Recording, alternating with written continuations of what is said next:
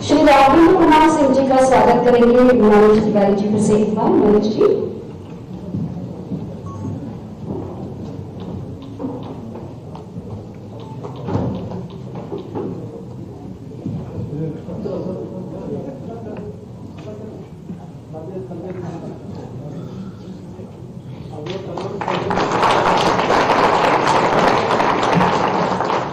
Sanjay Dubey sir का स्वागत करेंगे मनोज जी।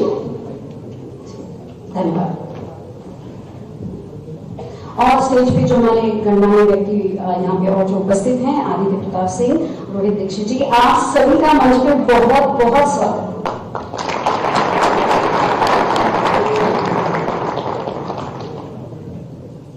जी, कार्यक्रम की शुरुआत हो चुकी है, स्वागत हो चुका है और अब जो है हम इस कार्यक्रम को लेके आगे बढ़ेंगे। और मैं निवेदन करूंगी आप सभी जो हैं बहुत आनंदित होती है डेफिनेटली इस प्रोग्राम को आप एंजॉय कर रहे हैं। और वंदे मातरम भी यहाँ पे प्रेजेंट होने वाला है, तो वंदे मातरम प्रेजेंट करने वाली है Miss Dhal and Miss Iravati.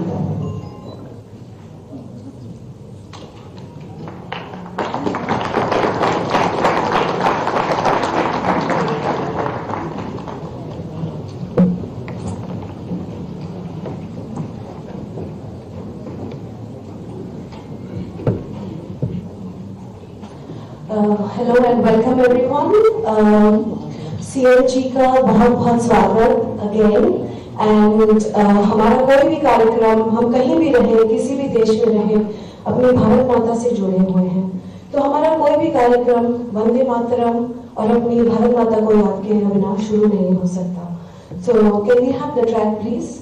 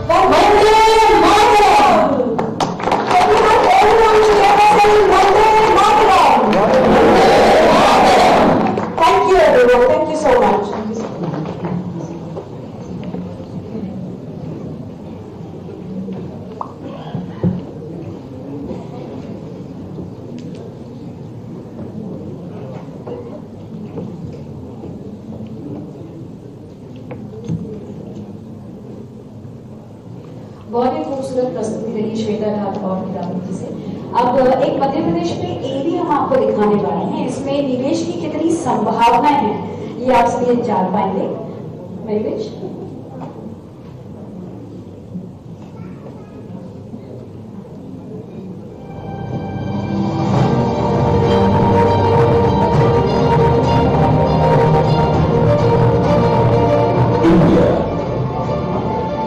on track to become the world's third largest economy, with GDP crossing $5 trillion under the visionary leadership of Honorable Prime Minister, aspires to reach its goal of becoming a $30 trillion economy by 2047.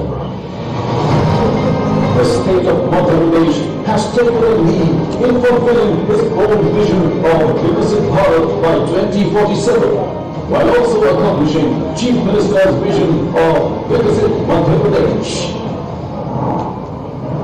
Madhya Pradesh is home to over 114 industrial parks, 7 smart cities and 14 proposed greenfield industrial areas. The state has a well-developed multi-modal transportation system, including a robust route network of more than 5 lakh plus kilometers. And enhanced air connectivity with 6 airports at Bhopal, Gwalior, Indore, Khajuraho, Jabalpur and Rewa, making it future ready. With a strong focus on education and skill development, Madhya Pradesh offers a well-equipped talent pool that serves as a major driver of growth in the region. Madhya Pradesh offers an ecosystem where businesses thrive, where the presence of investor-friendly policies, single-window clearances, and transparent governance make it an ideal investment destination.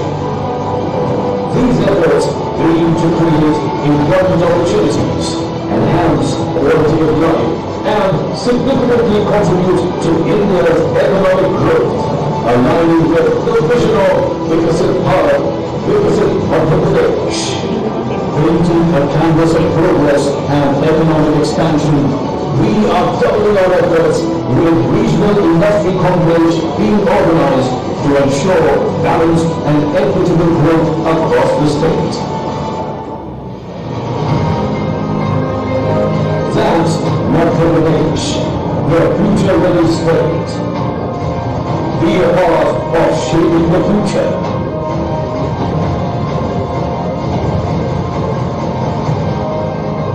Join us at the Invest Madhya Pradesh Global Investors Summit in February at Bhopal.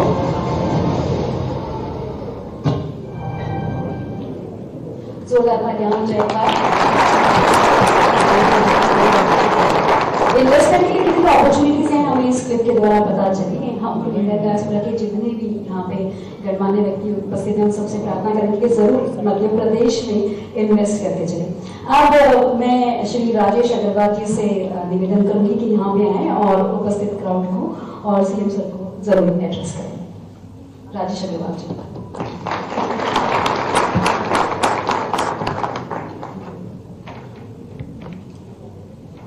जय महाकाल,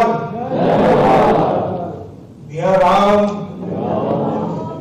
सभी का बहुत बहुत स्वागत है। और सबसे पहले तो स्वागत है हमारे माननीय मुख्यमंत्री जी मध्य प्रदेश के मोहन यादव जी जो हमारे बीच पधारे हैं। एक बार जोरदार तालियों के साथ उनका स्वागत करते हैं।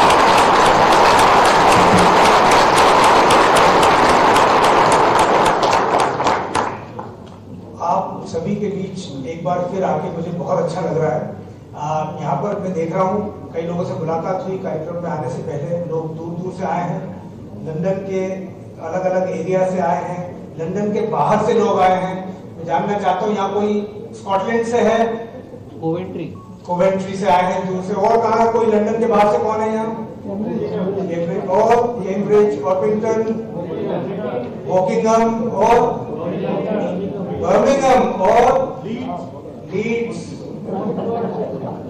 दूर दूर से आए सब आपके सम्मान और आपके स्वागत में जो आपका प्रेम है ये सभी खेल खींच के आना। और लंदन में साउथ लंदन से कई लोग, north London, east, west, east London से, सभी जगह जगह से लंदन से लोग जो पधारे हैं, मुझे बड़ी खुशी है कि सभी लोग एक साथ इकट्ठे हुए हैं। यादव जी, यहाँ पर हमारा एक ग्रुप है, friends of Madhya Pradesh group, जो हमने बनाया था कई साल पहले। छोटा सा ग्रुप था, 50 लोग थे जब शुरू हुआ। अब धीरे धीरे बढ़ बढ़ के 3000 लोगों का परिवार बन गया है।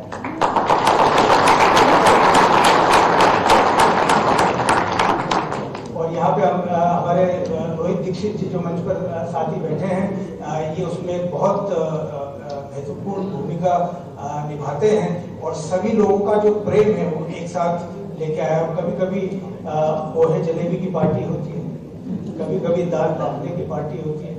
और अब बड़ी अच्छी बात है कि सब लोग मिलकर व्यापार, व्यवसाय और बिजनेस और स्टार्टअप्स की भी अब धीरे धीरे बात करने लगी। पर मध्य प्रदेश और इंदौर के लोगों को थोड़ी थोड़ी खाने से भी फुर्सत अब मिल रही है और अब व्यापार व्यवसाय की बात हो रही है। बड़ी अच्छी बात है। जो मुझे नहीं जानते हैं मैं उनको बताना चाहूंगा, मेरा नाम राजेश अग्रवाल है। मैं मूलतः इंदौर का निवासी हूँ। इंदौर के एक निम्न मध्यम वर्गीय परिवार से आता हूँ। सेंट पॉल स्कूल में मेरी पढ़ाई हुई। इंदौर से मैंने BBA किया, MBA किया, बॉम्बे में जॉब किया, लंदन में आया 2001 में। फिर यहाँ पर व्यापार व्यवसाय किया, कई सारी फिनटेक की कंपनी शुरू की, काफी सक्सेस मिली। फिर राजनीति में आया और पिछले 8 सालों से मैं लंदन का डिप्टी मेयर हूँ।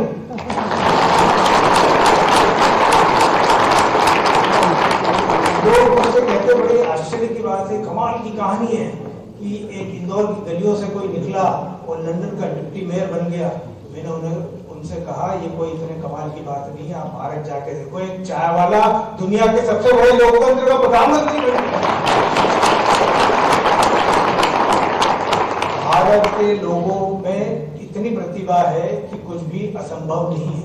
और हम ये रोज देखते हैं, चाहे लंदन में हो, चाहे अमेरिका में हो, या दुनिया के किसी भी हिस्से में हो, वो जो प्रतिभा है वो आज निखर निखर के सामने आ रही है। बड़ी बड़ी कंपनियां चला रहे हैं, बड़े बड़े राजनीतिक पदों पर हैं, बड़े बड़े स्पोर्ट्स में लोग अपना योगदान दे रहे हैं, आर्ट्स में, कल्चर में, सभी जगह लोग भारत के अपना अपना योगदान दे रहे हैं। अब ये जो यात्रा है मोहन यादव जी की, ये है मध्य प्रदेश में निवेश बढ़ाने की। और मैं जानता हूं कि भारत के लोग, मध्य प्रदेश के लोग जो यहाँ हैं, वो ऑलरेडी मध्य प्रदेश में निवेश कर रहे हैं, पर इसको हमको और स्ट्रक्चर्ड तरीके से और सक्रिय रूप से आगे बढ़ाना है। मोहन यादव जी के नेतृत्व में, उससे पहले शिवराज जी के नेतृत्व में मध्य प्रदेश ने बहुत तरक्की की है। बहुत इंडस्ट्रीज में, मैन्युफैक्चरिंग में, सर्विसेज में, एग्रीकल्चरल आउटपुट में मध्य प्रदेश भारत में अग्रणी है, नंबर 1 है। पर अभी मध्य प्रदेश 2.0 का समय आ गया है।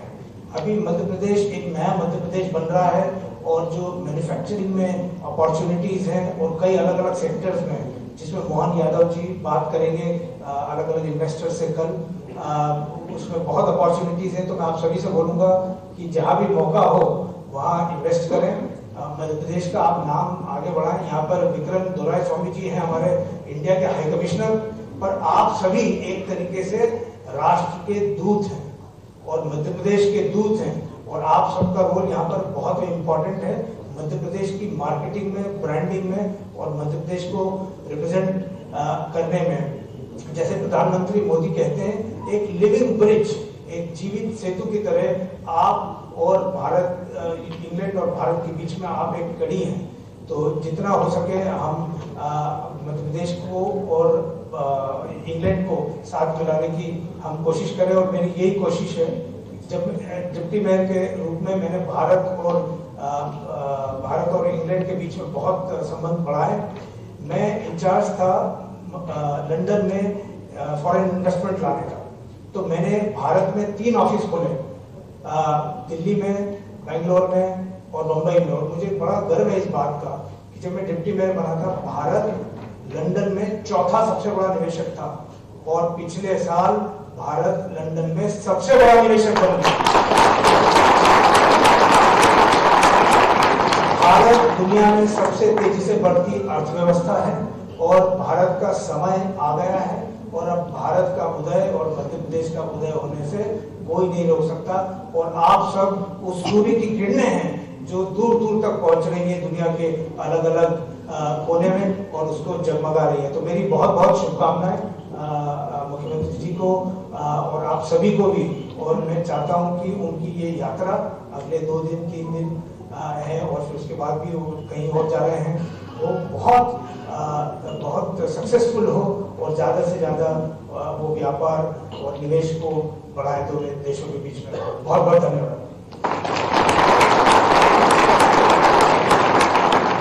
थैंक यू राजेश जी, बहुत अभिमानास्पद लगता है हम सबको जब आपकी जर्नी सुनते हैं। अभी आप लोगों को एक एरिया हम दिखाने जा रहे हैं, उसके पहले एक छोटी रिक्वेस्ट है, अगर आपके मोबाइल फोन साइलेंट पे ना हो तो प्लीज एक बार साइलेंट रख लीजिएगा, क्योंकि चीफ मिनिस्टर सर कुछ ही देर में आके भाषण देने वाले हैं। उसके पहले आप सभी को हम दिखा रहे हैं एक और एरिया, और ये जो एरिया आप देखने वाले हैं इसमें आप और हम मिलकर पूरा मध्य प्रदेश जरा घूम के आते हैं, और फिर हमें ये भी ध्यान में आएगा कि जो ये टूरिज्म सेक्टर है इसमें भी इन्वेस्टमेंट्स हो सकते हैं। Mahesh,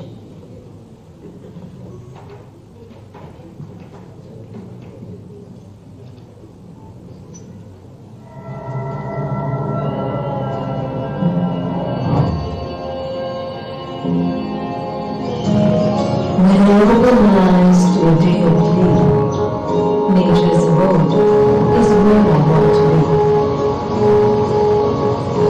Enchanted by scenic charms, I desire to bask in its blissful arms.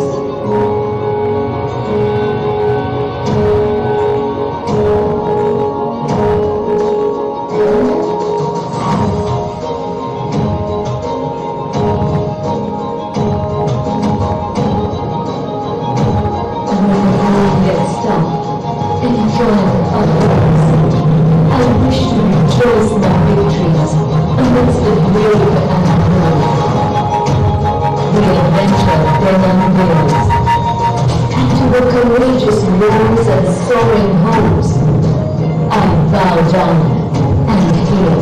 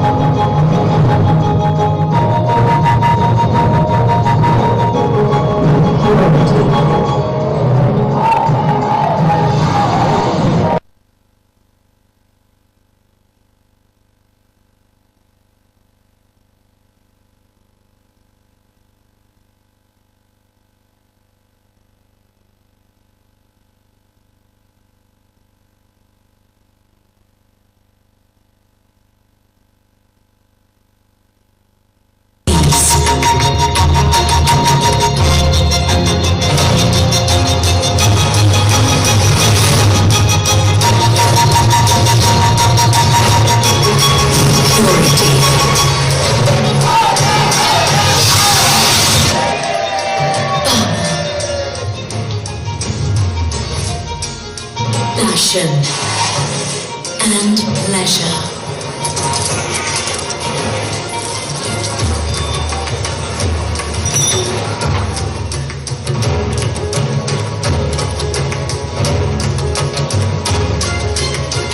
The feelings that reside within are all I want to treasure. Beauty, adventure, peace and culture are my inner core. थोड़ा कल्पना कीजिए only imagination, फिर बोलते समझ गए तो आठ, नहीं समझे तो मोड़ा नाल, आप तो घूमरा भीड़ा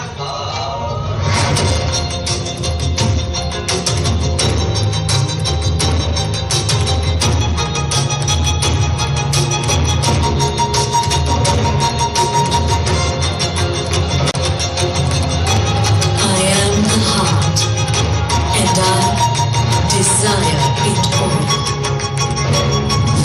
Madhya Pradesh, सब कुछ जो दिल चाहे।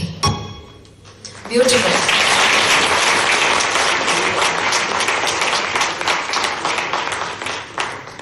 समय की नज़ाकत को देखते हुए जो अगले एड्रेसेस आएंगे उन सबसे मैं प्रार्थना करूंगी कि थोड़े शॉर्ट स्पीचेस रखें।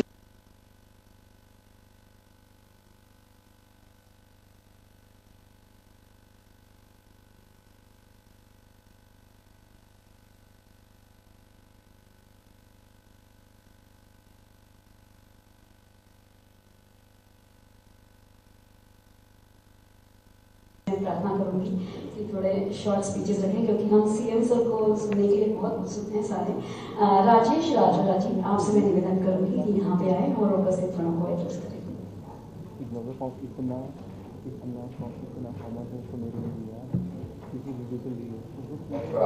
प्रदेश के लोकप्रिय ऊर्जावान माननीय मुख्यमंत्री जी, मंच पर आसीन सभी सहोदरगण और साथियों,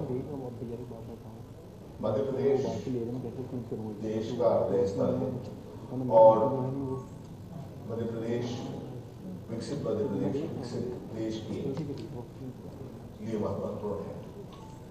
जैसा माननीय प्रधानमंत्री जी ने कहा, लिविंग ब्रिज, जो प्रवासी मित्र हैं यहाँ और हमारे देश के लोग हैं, इनके बीच में एक लिविंग ब्रिज की कहानी जो इंग्लैंड के प्रवासियों के लिए है, वो बहुत महत्वपूर्ण विषय है। मध्य प्रदेश के यहाँ प्रिंस ऑफ एमपी भी हैं और करीब 16 लाख भारतीय डायस्पोरा यहाँ है। मध्य प्रदेश 8 करोड़ जनसंख्या का प्रदेश है जो आकार में यूके से बड़ा और जनसंख्या में भी यूके से बड़ा है। और मध्य प्रदेश के बहुत सारे हमारे साथी यहाँ इंग्लैंड में कई वर्षों से काम कर रहे हैं। मध्य प्रदेश जो है वो सब आप जानते हैं कि देश के हृदय स्थल पर होने के साथ ही 30% जो है वो वन संपदा संजोए हुए हैं और किसी भी प्रदेश में 30% वन संपदा बहुत महत्वपूर्ण स्थान रखती है। देश के उत्तर, दक्षिण, पश्चिम, पूर्व में बहने वाली सारी नदियाँ मध्य प्रदेश के जंगलों से निकलती हैं। मध्य प्रदेश जो है वो मेटल्स और मिनरल्स का भंडार है। यहाँ कोल, लाइमस्टोन, मैंगनीज के अलावा देश का एकमात्र स्थान है जहाँ डायमंड की माइनिंग भी होती है। मध्य प्रदेश में काफी तेज गति से एग्रीकल्चर ग्रोथ हुई है और अब ग्रेनरी ऑफ इंडिया के रूप में मध्य प्रदेश पूरे देश में जाना जाता है। खाद्यान्न उत्पादन में नंबर 1 है, दलहन उत्पादन में नंबर 1 है, गेहूं उत्पादन में नंबर 1 है, गेहूं उत्पादन में नंबर 2 है। विभिन्न प्रकार की हॉर्टिकल्चर क्रॉप्स को भी मध्य प्रदेश में प्रोडक्शन देश में सर्वाधिक होता है।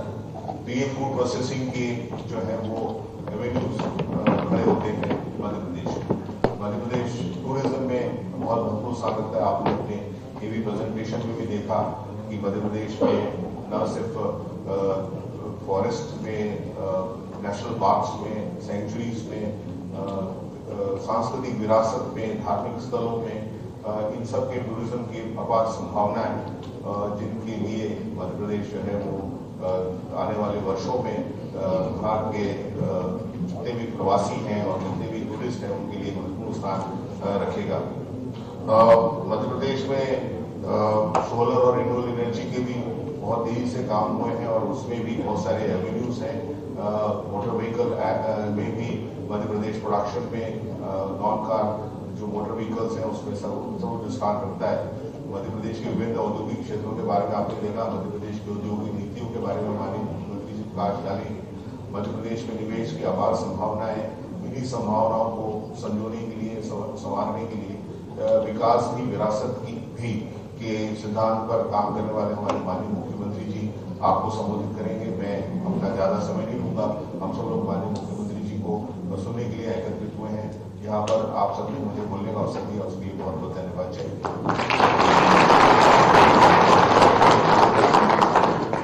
धन्यवाद राजेश जी। अब मैं मनीष तिवारी जी से निवेदन करूंगी कि वो यहाँ आए और सारे उपस्थित को एड्रेस करें।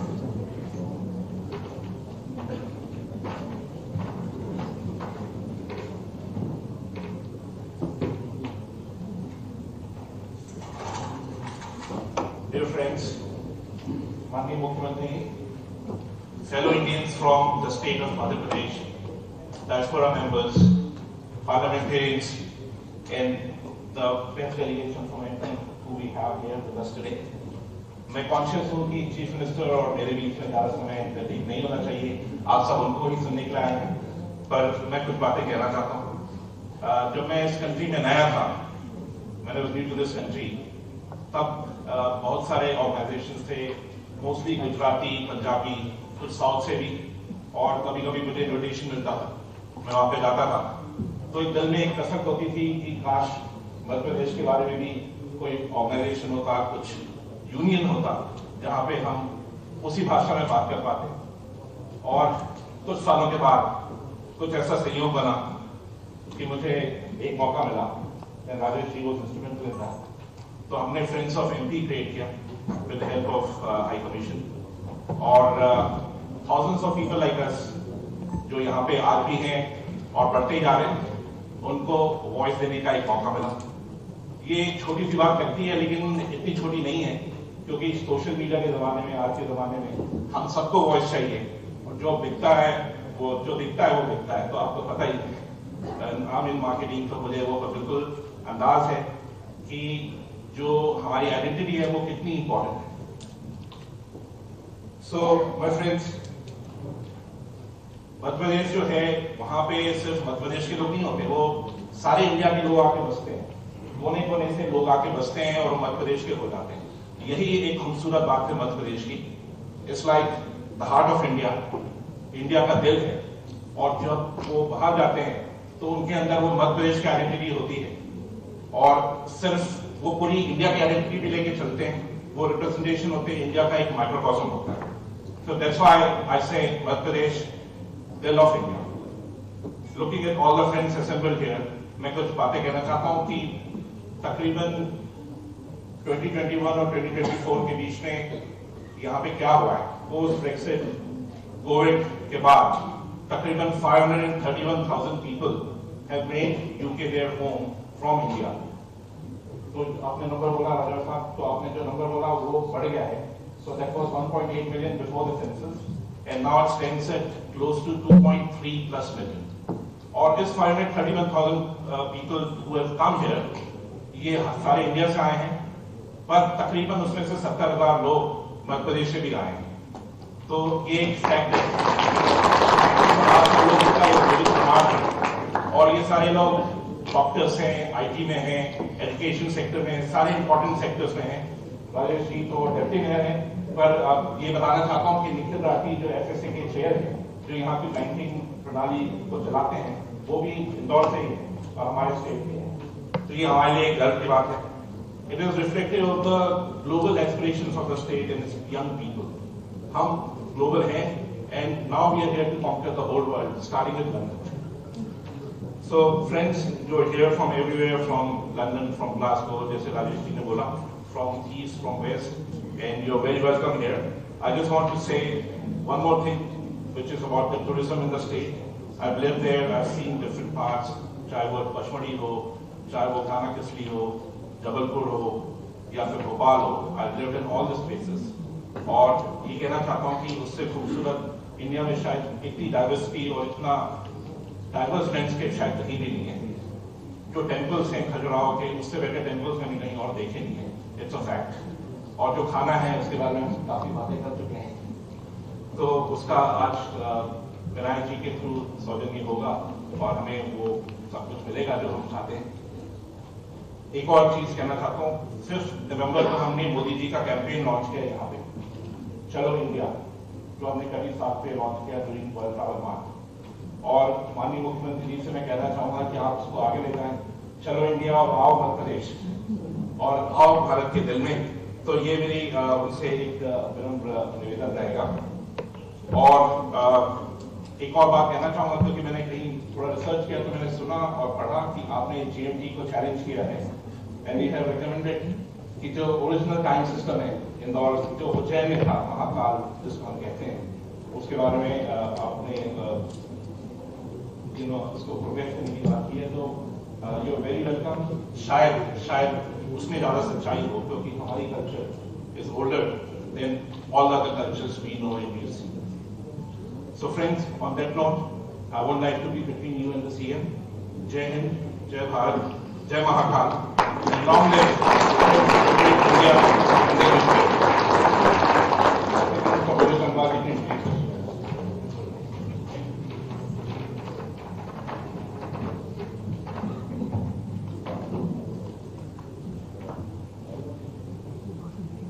Good evening, everyone.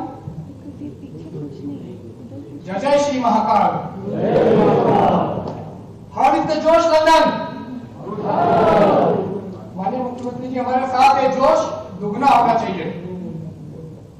मैं Rohit Gangwar, state incharge foreign affairs department BJP Madhya Pradesh, अपनी ओर से और यहाँ उपस्थित अपराबाद की पार्टी की ओर से मध्य प्रदेश के यशस्वी मुख्यमंत्री माननीय डॉक्टर मोहन यादव जी का लंदन की धरती पर हार्दिक स्वागत करता हूं, अभिनंदन करता हूं। मैं आपको माननीय मुख्यमंत्री जी के जीवन के कुछ विशेष पहलू से शेयर करूंगा आप लोगों के साथ में। माननीय मुख्यमंत्री का जीवन, व्यक्ति का जीवन सादगी और समाज सेवा के प्रति समर्पण का उदाहरण है। He is actively involved in social and cultural cause. वो अपने कड़ी मेहनत और समर्पण के लिए जाने जाते हैं। उनकी हायर एजुकेशन उज्जैन की विक्रम यूनिवर्सिटी हुई थी, वहां पर उन्होंने हिस्ट्री और लिटरेचर में अपनी गहरी रुचि को आगे बढ़ाया। उनका ज्ञान और संवेदनशील दूरदर्शिता उनकी प्रशासनिक कुशलता में झलकती है। उज्जैन के विधायक के रूप में उन्होंने अपने क्षेत्र के विकास के लिए और जनता की समस्याओं के समाधान के लिए कई उल्लेखनीय प्रयास किए हैं। मध्य प्रदेश के सरकार में मंत्री रहते हुए उन्होंने एजुकेशन और एग्रीकल्चर के सेक्टर में कई सकारात्मक कार्य किए हैं। इसके अतिरिक्त उज्जैन विकास निगम के अध्यक्ष रहते हुए उन्होंने उज्जैन को नई दिशा देने की पहल की है।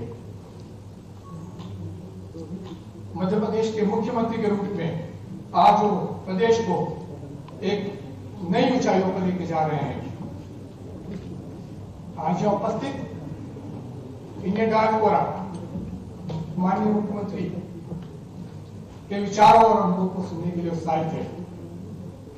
मैं माननीय मुख्यमंत्री जी के लिए यही कहना चाहूंगा कि सोना जब है आग में तपता तभी तो वो है कुंदन बनता, और संस्कार अगर अच्छा है मिलता तभी तो सच्चा मार्ग में दिखता।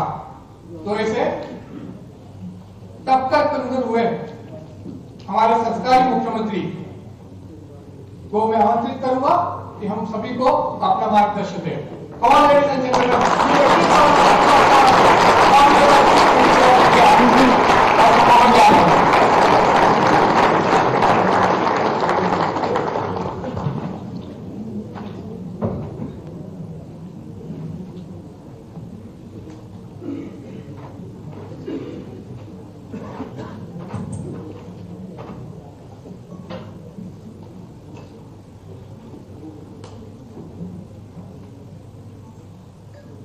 इंग्लैंड के खास करके भारत के बाहर अतीत के जिस देश के साथ हमारे बहुत अलग प्रकार के संबंध रहे, कई खट्टी मीठी यादें भी उसके साथ जुड़ी। गंगवार जी ने बात करते करते मैं डर रहा था कि बोल क्या कह रहे, मरवा नहीं दे।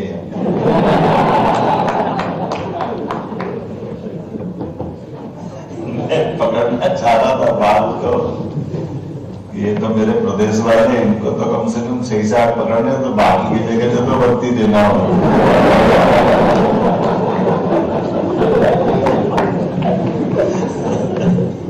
मैं आज के इस कार्यक्रम में मध्य प्रदेश के प्रवासी और फ्रेंड्स ऑफ एमपी के साथ रॉयल नेशनल कार्यक्रम में इस मंच पर विराजमान मनीष तिवारी जी, गंगवाल जी, हमारे डिप्टी मेयर साहब राजेश अग्रवाल जी, मेरे साथ आए मध्य प्रदेश के सभी अधिकारीगण, माननीय एसीएस राजेश राजवा जी, एसीएस हमारे संजय दुबे जी, मनीष सिंह जी, राघवेंद्र सिंह जी, PS तो हमारे अपने इंडस्ट्री डिपार्टमेंट के, इस मंचस्थ सभी अतिथिगण, प्यारे मित्रों, मैं सोच रहा था बात शुरू करूंगा तो उसके पीछे कहाँ से शुरू करना चाहिए। तो बात तो एक अच्छी कही है हमारे बीच में, चाय वाले की बात राजेश भाई ने कही है। तो ये बात भी सही है कि यशस्वी प्रधानमंत्री का अपना विजन, उनका काम करने का तरीका, और अब ये हम देश में तो अपने लिए 56 इंच का सीना लेके बात करते ही करते हैं, लेकिन मजा तो तब आता है कि विदेश से भी वो डबल ध्वनि से बात आती है कि दुनिया में कोई नेता हो तो नरेंद्र मोदी जैसा हो, या हमारे लिए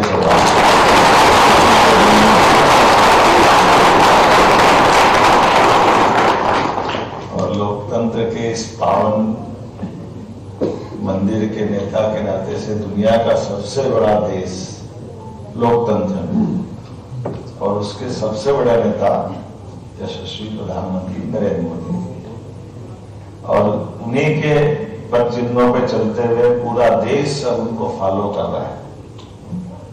कैसे कैसे चक्कर खा के गिर रहे हैं लोग, आप देखो कोई हरियाणा में मिलता, कोई महाराष्ट्र में मिलता, समझ में नहीं आता। कोई टीवी पे समाचार देखकर जूता फेंकता दिखता है, कोई EVM मशीन तो गाली बकता निकलता है कि ये हो क्या रहा है। बात सीधी समझ में आती नहीं, मैं पल्ले ही नहीं पड़ रहा कि हो क्या रहा है।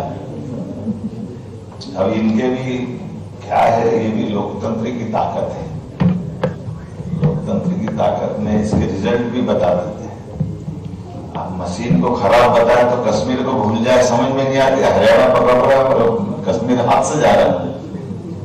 अभी आप बताओ, झारखंड बीजेपी हार रही और महाराष्ट्र जीत रहे, तो ये कैसे हो सकता है भाई उनके हिसाब से कि वो गलत है और ये सही है। बोले तो बोले, क्या बोले, अब जो अंदर है वो तो निकलेगा, वो भी क्या करें। एक अच्छी बात जरूर है, मैं क्योंकि मंच तो वैसा नहीं है लेकिन बोल देता हूं, जैसे जानकारी के लिए आप सबकी जानकारी में भी आई जाना चाहिए।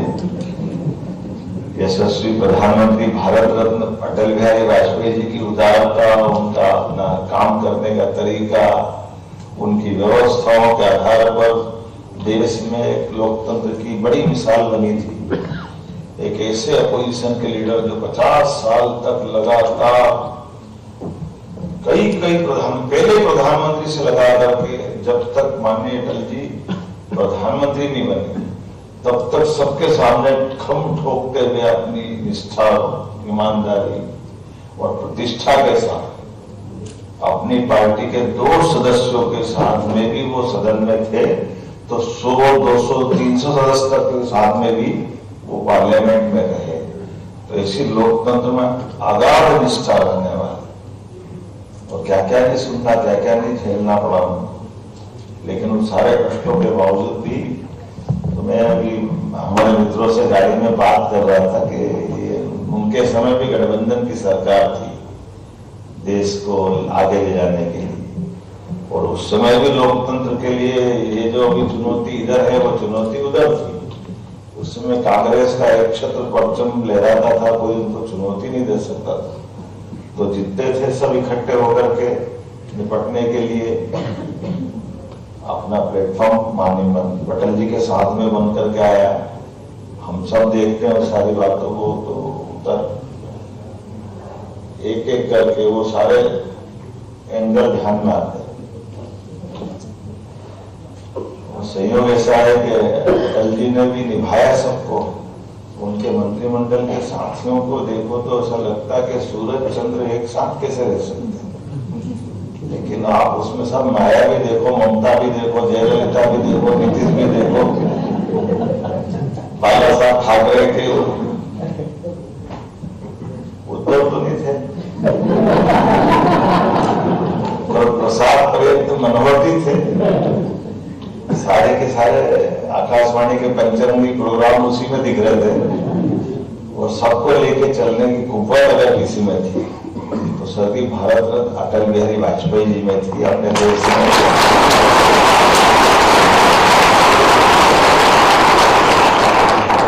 लोकतंत्र की खूबसूरती भी थी। लोकतंत्र के अंदर 24 दलों को लेकर के चलने की क्षमता, और एक बार नहीं, 2 बार नहीं, 3 बार, बार लोकसभा के चुनाव हो रहे हैं, और कभी 13 दिन के लिए, कभी 13 महीने के लिए, कभी 4.5 साल के लिए प्रधानमंत्री बन के कोई निकल रहे थे तो अटल जी निकल रहे थे। लेकिन ये अलग बात थी कि वो चूंकि इतने दलों के साथ लेके चले और निकाल के ले आए, और देश भी, और देश तो क्या, ये दुनिया के आप हम सब बड़ी आशा उम्मीद के साथ भारत की तरफ लोग देख रहे थे। और अटल जी ने भी उस समय जो कर सकते थे, परमाणु बम का प्रयोग करके दिखाना, और वो भी अगर अंदर की बात बताए जो अटल जी ने अपने शब्दों में कही थी कि उनको जब नरसिम्हा राव से चार्ज मिला तो नरसिम्हा राव जी ने चार्ज देते समय चिट्ठी दी थी। और चिट्ठी में लिखा था कि मैं अपने देश के साथ ये नहीं कर पाया, लेकिन आप करना। तो वो पत्र में क्या था, अटल जी ने बाद में घोषित किया था कि उसमें लिखा था कि परमाणु बम बनाने की क्षमता देश में है, लेकिन ये वर्तमान की राजनीतिक दुरावस्था कहिए कि कांग्रेस के तत्कालीन नेतृत्व ने उनको वो छूट नहीं दी। ये लोकतंत्र का बहुत खराब पक्ष है जो नरसिम्हा राव जी के सामने हुआ, और वो भी खराब पक्ष हमने बाद में देखा, जिसकी मैं थोड़ी देर बाद बात करूंगा। पर अटल जी ने जिनको सबको लेकर के न केवल परमाणु बम को विस्फोट करके देश की ताकत को दुनिया के सामने स्थापित करके दिखाया कि हमारे लोकतंत्र की ताकत क्या है और देश की आवश्यकता क्या है, हम सबके लिए गौरव की बात थी, गर्व की बात थी, ये सौभाग्य की बात थी। और वहां आपकी ताकत भी सबकी समझ में आई थी जब आप सबकी मदद के माध्यम से कई सारे प्रतिबंध देश ने झेले। विस्फोट तो होना था जो हुआ, वो विस्फोट भी अटल जी पे कम थोड़ी मान रही है, फोड़े तो फोड़े, दूसरा फोड़े, तीसरा फोड़े, अब नहीं फोड़ सकते। अमेरिका बोल रहा था फिर फोड़ते चोर, फिर आप तो बिल्कुल नहीं फोड़ना चाहिए, फिर 5 फोड़। ये भी बड़ा हर एक बम जैसे चुनौती देते दिख रहा था, और हुआ सबके सामने। लेकिन ये लोकतंत्र की ताकत थी। और उसके बाद का दौर हम सब जानते हैं कि वो अटल जी के बाद का दौर आया मनमोहन सिंह जी, वो भी बहुत विद्वान थे, बहुत समझदार थे, बहुत पढ़े लिखे थे। उनकी अपनी फाइनेंस में गवर्नर की, वित्त मंत्री की कई सारी उपलब्धियां थी जब उनने काम की। कई नए सुधार भी माननीय मनमोहन सिंह जी ने लागू किए। अब ये अलग बात है कि पता नहीं क्या होता, कभी कभी फॉरेन की डिग्री बहुत काम आती है, पर फॉरेन की डिग्री में भारतीय डिग्री भारी पड़ जाती है। आप सबसे सिखाते हैं, आप जो पूछते जाते यहाँ के आपके लोग तो, मैं तो आपसे कह के हट जाऊंगा, लेकिन आप तो रोज महसूस करते हो। लोग कहते हैं खुद दिमाग यूरोप वालों किस, मैं तो समझ नहीं पाता दिमाग किस में, पता ही नहीं चलता। एक बैलेंस बताता किसका क्या हो रहा है। बदलते दौर में राजेश भैया ने किया, मैं कैसे कष्ट से आया, मुझे जानता कि 8 साल से हड्डी में लगातार चल रहे हैं, तो दिमाग किस में पता नहीं चल गया। हमारे अपनी क्षमता योग्यता के बलबूते हुए 7 समंदर पार से मैं आपको धन्यवाद देता, बदल भी देता, कोई बात नहीं, आप पर टिके रहो, वही 20 साल और टिके रहो, कोई बात नहीं। हमारा आदमी इस बात को पुलिस चलाना क्या चाहिए, होना चाहिए कि नहीं होना चाहिए। अपने पदों पर आकर के पद को सार्थक करना ये मामूली बात नहीं होती, क्षमता योग्यता से होती है। लेकिन मैं जो बात कहना चाह रहा था वो ये कि वो महत्व की बात है जो अपने सबके लिए समझने वाली।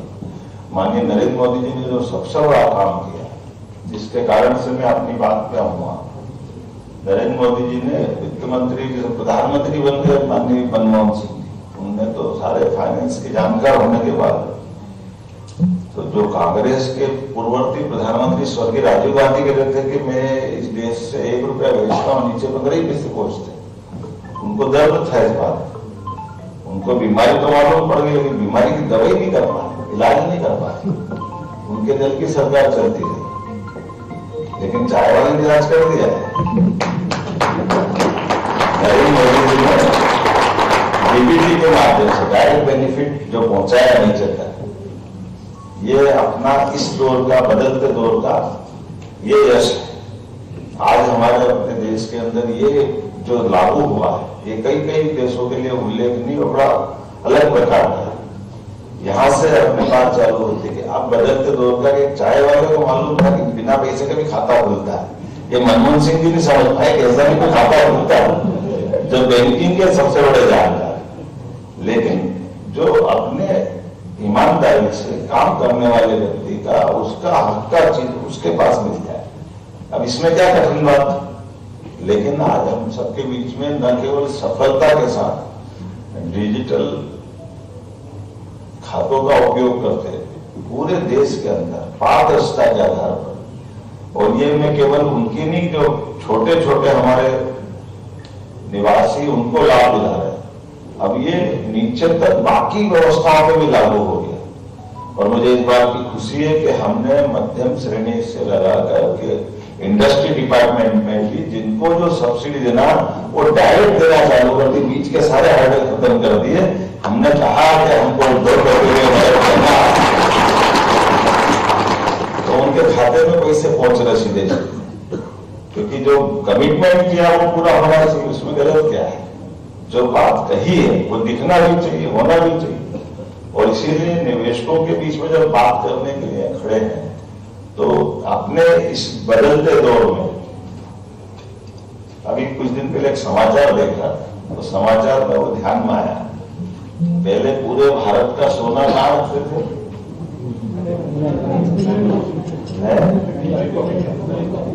हाँ, कितने टन था? 300। अरे मनीष जी कहाँ कर रहे हैं? 726 टन था 2014 के पहले। और हमारे पास में भारत के अंदर माननीय मोदी जी की सरकार रख रहे थे, 100 टन बढ़ गया, क्योंकि अपनी नैतिकता और ईमानदारी भी। और उसके बदले हमारे पास उस समय केवल 100 टन बुलाने का निर्णय हुआ, अब 839 टन हो गया। लेकिन 839 टन सोने के बाद में मोदी जी की सरकार ने आके अपनी सारी व्यवस्थाओं का संचालन करते करते आज की स्थिति में केवल अब 300 टन इंग्लैंड में रह गया, बाकी 500 हम अपने घर ले गए।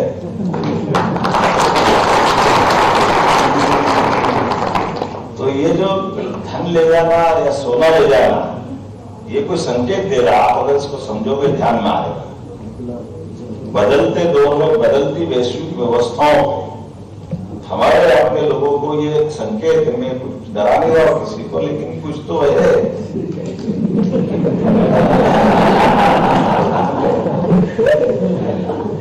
इनके पास माल बनना चाहिए, ये भी समझ में आने वाली बात। बाद में मिलने की गारंटी भी चाहिए, नहीं तो हम मालूम पड़ा 1600 के 1600 के 1800 2000 समझ में आया।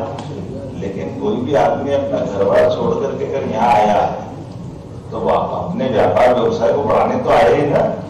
प्रवासी आया तो क्या के लिए आया है?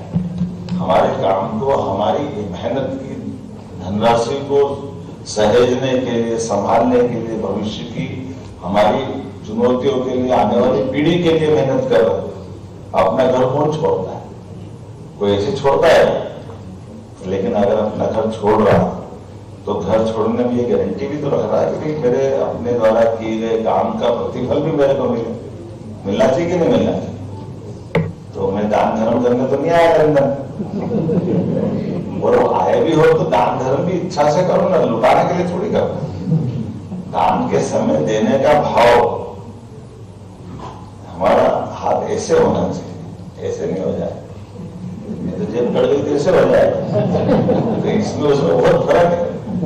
तो मैं आज के दौर में खास करके सरकार के माध्यम से जो काम अपन ने कर रहे हैं, उन व्यवस्थाओं में यशस्वी प्रधानमंत्री के नेतृत्व में सभी सरकारें काम कर रही, और सभी सरकारें डबल इंजन की सरकार के नाते से काम कर रही।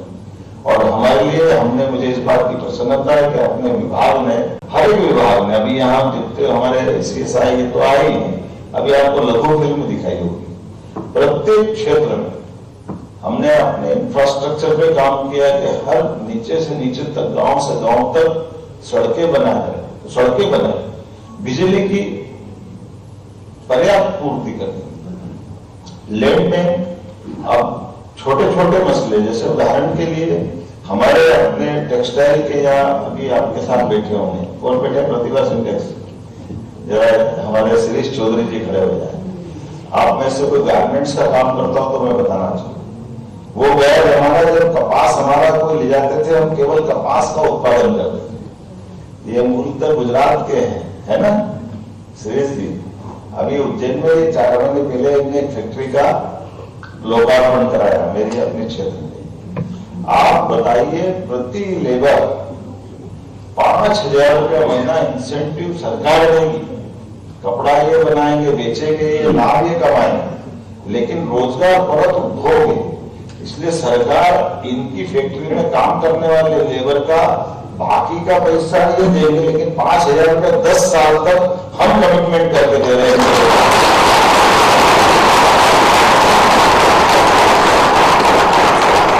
हमको हमारे कॉटन का हमको वही कपड़ा बनवाना है, हमें रेडीमेड गारमेंट्स में काम करवा के उसका निर्यात कराना। और ये एक नहीं, ऐसे अभी बेस्ट इंटरप्राइज वाले का वो भी है ना अपने बीच में, तमिलनाडु साथ है, वो लास्ट में था। इन्होंने भी एक बंद पड़ी आपकी सोयाबीन प्लांट, उस बंद पड़ी सोयाबीन प्लांट में 4000 का कारखाना इनने भी लगाया। और केवल ये नहीं, गोकुलदास वाले हो गए, अभी भोपाल, इंदौर, उज्जैन, लगातार हर जगह। और केवल ये नहीं, ऐसे दूसरे सेक्टर में, आईटी के सेक्टर में, और वैसे सभी कल आपको बताएंगे अलग से। हमारे टूरिज्म का सेक्टर, आप अपनी टूरिज्म की लैंड बैंक हम सबको बता रहे हैं। टूरिज्म के माध्यम से भी आप इन्वेस्टमेंट करिए, टूरिज्म के माध्यम से भी हम अलग अलग प्रकार की सब सुविधा दे रहे हैं। कौन सा वो क्षेत्र है जिसमें बिजली, पानी, सड़क, भूमि, टैक्स की छूट, सब प्रकार की छूट देते हैं?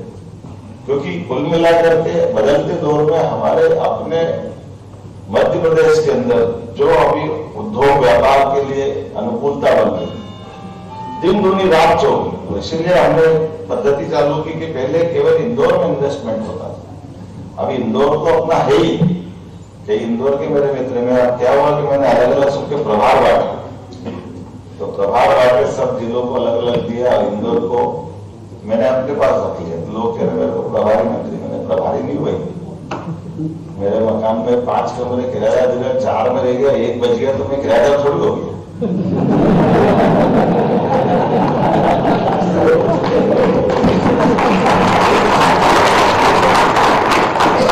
तो खाली रखा है, तो खाली रखा मतलब इंदौर वैसे भी इंदौर स्वच्छता में आगे, व्यापार में आगे, है ना राजन भैया? इंदौर किस बात में आगे?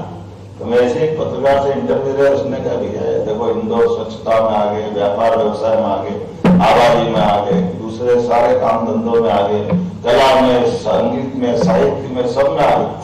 और बोले आप संयोग से क्या 230 विधानसभा में सीएम भी नंबर 1 की सीट पे बैठता था, और आपने बोला अपने पास रख लिया तो आप भी इसमें आ गए। तो आप इंदौर को आपने सब इन्वेस्टर सबमिट कर दी, तो आप इंदौर में क्यों नहीं कर रहे?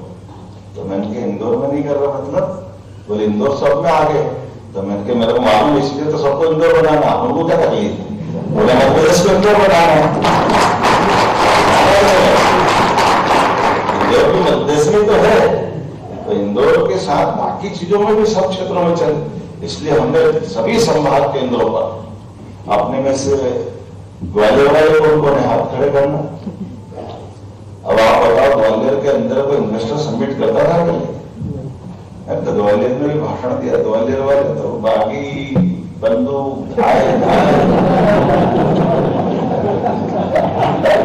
और वहां की वजह भी ऐसे थे कि पंडित जी का किसी से कोई बागी से झगड़ा हो गया, बागी आया, डकैत आया, लड़ाई करने, झगड़ा करने, तो संस्कार ऐसे कि पंडित जी पाए लाओ बंदूक पहले प्रणाम करेगा, मारे। लेकिन आज बदलते दौर में ग्वालियर भी बहुत बदल गया। ग्वालियर में एयरपोर्ट बहुत बढ़िया बन गया, ग्वालियर में जबरदस्त इन्वेस्टमेंट है। ग्वालियर क्या सागर कौन बताओ? बताओ सागर में तो इन्वेस्टर समिट बताओ कितना जबरदस्त रिस्पॉन्स। रीवा, जबलपुर, सागर सब संभाग के अभी नर्मदापुरम, होशंगाबाद, इंदौर का बिल्कुल, उज्जैन का बिल्कुल गिनती में नहीं आया, छोटा सा। लेकिन हमने तो शुरुआत में कितनी जमीन रखी थी, 250 हेक्टेयर रखी थी, 250 खरीद, हमको लगे ये बहुत हो जाएगी। तो उसके पिछली कैबिनेट में जब रखी तो डिमांड ऐसी है तो फिर डबल कर दी, 500 कर दी।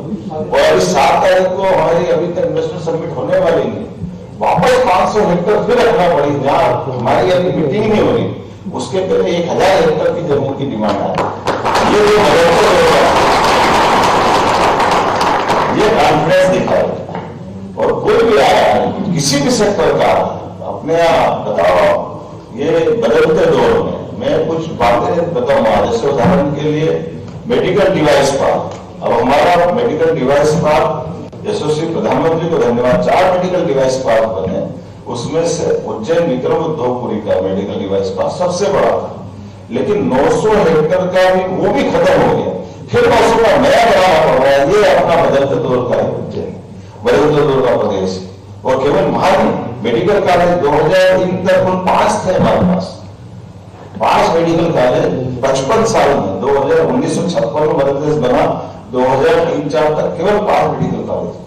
20 साल में अभी अपने पास 17, मतलब 3 तो मैंने अभी अपने समय चालू कर दी सरकार, 12 नए बने, 8 पाइपलाइन, 13 प्राइवेट, तो 30 मेडिकल कॉलेज हो गए। लेकिन ये 20 साल में, अभी हमने 14 के टेंडर 1 साल में लगाया, ये अपने 50 मेडिकल कॉलेज जो है 1 साल के अंदर, ये अपना व्यवस्था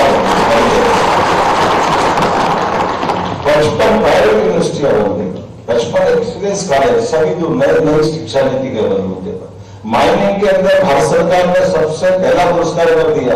इतनी पारदर्शी से सभी माइनिंग की खदानों का नीलामीकरण किया, और उतना ही नहीं, सभी प्रकार के सेक्टर, और भगवान इसकी जैसी नियत वैसी बरकत भी देता है।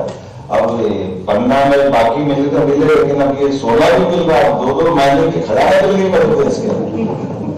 हम तो कभी कल्पना नहीं करते, कोयला ही मिलता था, बहुत सारा सीमेंट के पत्थर मिलते, लेकिन अब 16 भी मिल रहा है।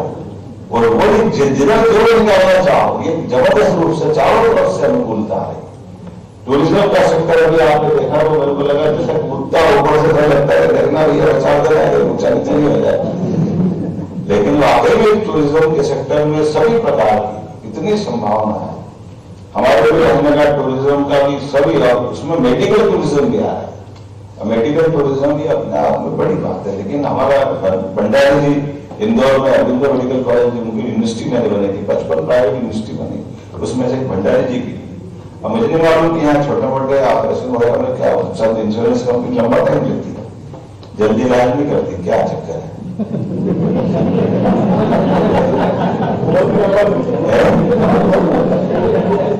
एक बार बताया तो रहता है जितना पसंद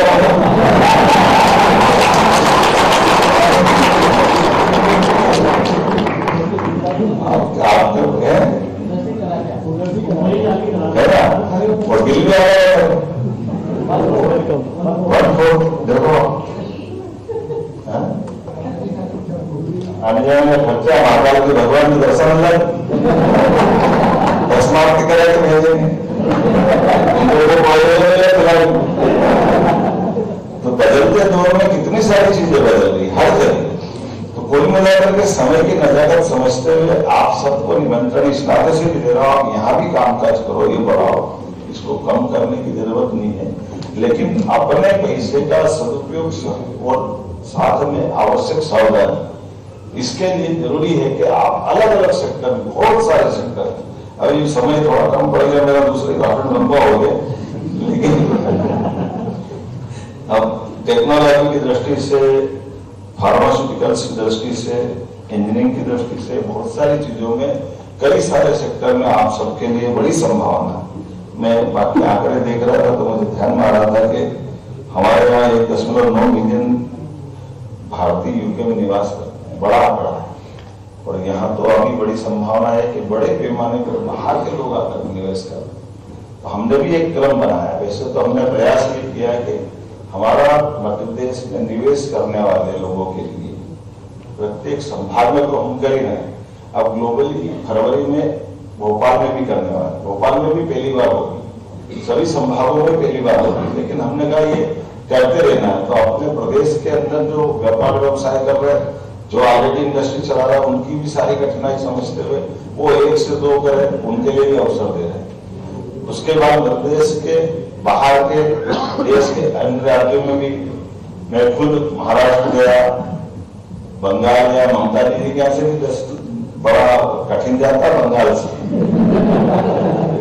लेकिन अगर व्यवसाय की बात है तो ठीक है। तमिलनाडु में तो कोयम्बटूर में तो वो विपक्ष के नेता ने अपने मुख्यमंत्री पर आरोप लगा कि दुनिया क्या करो, मध्य प्रदेश के मुख्यमंत्री यहाँ से ले जा रहे हैं और आप क्या करो। लेकिन कोयम्बटूर में भी गए तो हर जगह जहां जहां भी व्यापार व्यवसाय की बड़ी संभावना है, उनको भी आमंत्रण देना। मुझे इस बात का संतोष है, आज की स्थिति में लगभग 2.5 लाख करोड़ से ज्यादा का निवेश हमारे एमओयू होकर के मध्यप्रदेश में, और इससे और आगे जाकर के जैसे जैसे हमने कल्पना नहीं की थी उससे आगे अच्छा रिस्पॉन्स मिला। बदलते दौर में आज के समय में किसी भी सेक्टर, एनर्जी सेक्टर में, एनर्जी में सभी प्रकार से हमारी नवकरणीय ऊर्जा के मामले में भी, सोलर के अंदर भी, ओंकारेश्वर में महाबलेश्वर के पास तालाब के नर्मदा जी के पानी के ऊपर विश्व का सबसे बड़ा ग्लोबली एक तरह से सोलर पार्क अपना बनाया। और इतना ही नहीं, एक दूसरे प्रकार से हमारे लिए आई माननीय शर्मा जी बहुत धन्यवाद, हम साथ में थे, आपने शुभकामना दी थी दिन में आज बातचीत करते करते। तो टूरिज्म का होगा, एजुकेशन का होगा, हेल्थ का होगा, एनर्जी का होगा, इंफ्रास्ट्रक्चर का होगा, बल्कि अब तो कोशिशें कर रहे हैं कि हमारे अपने जो महानगर, इन महानगर में फूड इंडस्ट्रियां विभिन्न प्रकार की, जैसे इंदौर, भोपाल, ग्वालियर, जबलपुर, इनकी आसपास की मेट्रोपॉलिटन कल्पना लेते हैं। उतनी झंझट नहीं है जितने यहाँ कानून ज्यादा बना देते, डेवलपमेंट कम करने देते, लेकिन थोड़ी उसको छूट देते हुए अपने विकास के मामले में मध्य प्रदेश के सारे दरवाजे खोल, और उसमें हमारे खास करके अपने जैसे लोग जो यहाँ से वहां तक दुनिया को भी देखा हुआ, वो अपना व्यवसाय में भी सफलता के देगा, तो उनको अच्छे से अच्छा अवसर मिले। तो इसने तो नाते से हमने कहा, मैं वैसे टूरिज्म का चेयरमैन था तब 11 में भी आया था, 13 में भी आया था, लेकिन टूरिज्म में अपने मध्य प्रदेश ने बहुत प्रगति। अब तो आप अंदाज लगा लो, मेरे को नहीं मालूम एम्बुलेंस फ्री मिलती क्या है, एम्बुलेंस फ्री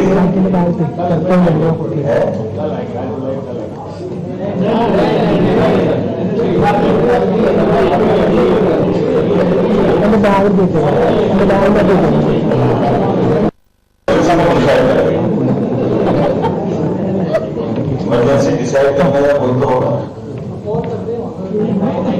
जो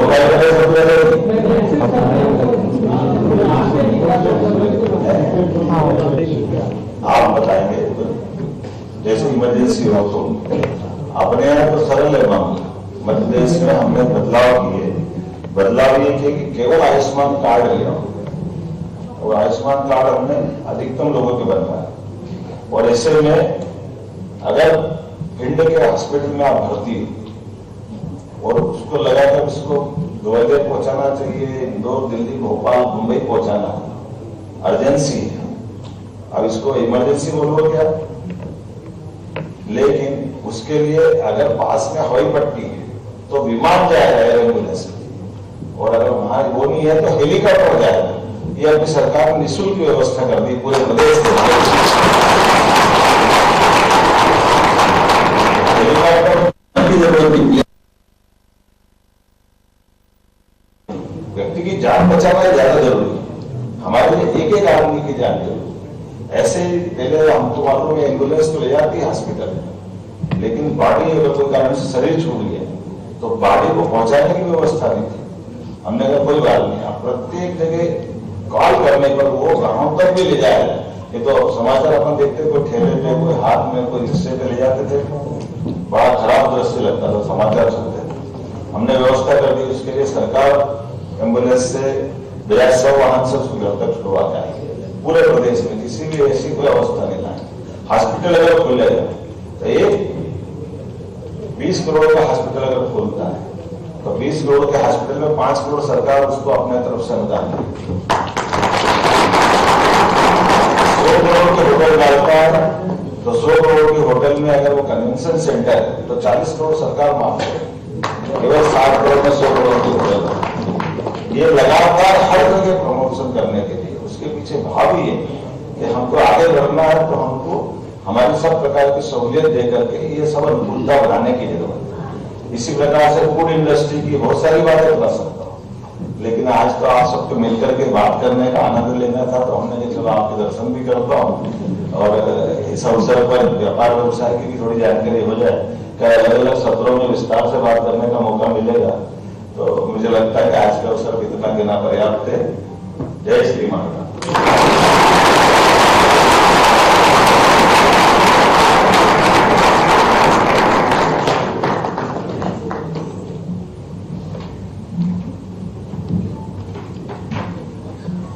धन्यवाद सीएम सर। वीरेंद्र शर्मा जी अभी आए हैं। Virendra Sharma ji ex member of parliament Southall से हैं।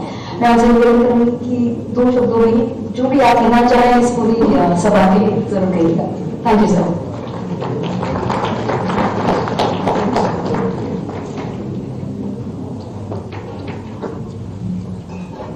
Honorable Chief Minister Sahib, all the distinguished guests, मैं तो यही बोलूंगा कि welcome to London once again. आपका जो यहाँ का विजिट है वो सक्सेसफुल रहे। जो भी उद्देश्य लेकर आप आए हैं उसमें कामयाबी हो। हम जो भारतीय यहाँ पर हैं हम चाहते हैं कि भारत और ब्रिटेन की जो रिलेशनशिप्स हैं should be more stronger in all walks of life. एक ट्रेड में नहीं, कल्चर, हमारा जो डायस्पोरा है, डायस्पोरा का relationship between Indian people and the diaspora settled outside, strengthening the relationships. Being son of India, now the supporter of India myself, I still believe that those values be inherited, and my links with Madhya Pradesh, Rajesh knows that I've been there a few times. So I not only enjoyed the hospitality, but the spiritual side as well from Madhya Pradesh. We need to take that message around our values and our relationships. And I look forward to working with so many of you in this country. Though I'm the former member of parliament, but still active in this area. So I look forward to working with you, and I wish everybody happy evening, but also happy future in the coming months and when you go back to Madhya Pradesh for the investment and others, and with the support of the Chief Minister, I'm sure we will be able to develop that link and invest and bring prosperity for not for few, but for more. Thank you very much.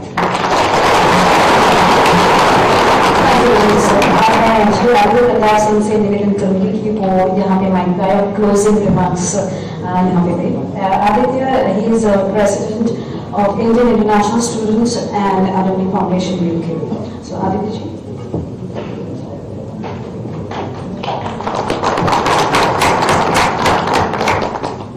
नमस्कार सभी को। दिल ने खुशी के नए तराने गुनगुनाए हैं, ये खुशनसीबी हमारे आप यहाँ आए हैं। प्रगति की धारा ऐसे मध्य प्रदेश की झलक आप दिखलाए हैं। आदरणीय माननीय मुख्यमंत्री डॉक्टर मोहन यादव जी का मैं बहुत बहुत स्वागत करता हूँ, अभिनंदन करता हूँ। हम सभी आपके बहुत बहुत आभारी हैं आज आप हमारे बीच उपस्थित हुए हैं। मंच पर उपस्थित अतिथि, Madhya Pradesh diaspora, India diaspora से आए हुए सभी अतिथिगणों का मैं बहुत बहुत स्वागत, वंदन, अभिनंदन करता हूं। आप सभी आज हमारे कार्यक्रम में उपस्थित हुए और आपने कार्यक्रम की शोभा को बढ़ाया। इस मंच से मुझे ये कहते हुए बहुत गर्व महसूस हो रहा है, आज मध्य प्रदेश में विकास और प्रगति की धारा बह रही है। यह संभव हो पाया है हमारे प्रदेश के ऊर्जावान, दूरदर्शी और लोकप्रिय मुख्यमंत्री आदरणीय डॉक्टर मोहन यादव जी के कुशल नेतृत्व में, आपके नेतृत्व में मध्य प्रदेश ने नई ऊंचाइयों पर छुआ है। चाहे वह शिक्षा का क्षेत्र हो, महिला सशक्तिकरण हो, उद्योगों का विकास हो, आपने हर क्षेत्र को राज्य के नई पहचान दिलाई है। पर्यटन के क्षेत्र में ओरछा, मांडू, एरन जैसे ऐतिहासिक स्थलों को और तीर्थ स्थल उज्जैन में जैसे महाकाल लोक को और संभालने का आपका सरकार निरंतर विकास कर रही है। अंत में मैं माननीय मुख्यमंत्री जी आपका हृदय की गहराइयों से बहुत बहुत स्वागत, वंदन, अभिनंदन पुनः करता हूँ और आप अपना अमूल्य समय निकाल कर हमारे बीच उपस्थित हुए इसके लिए बहुत बहुत धन्यवाद करता हूँ।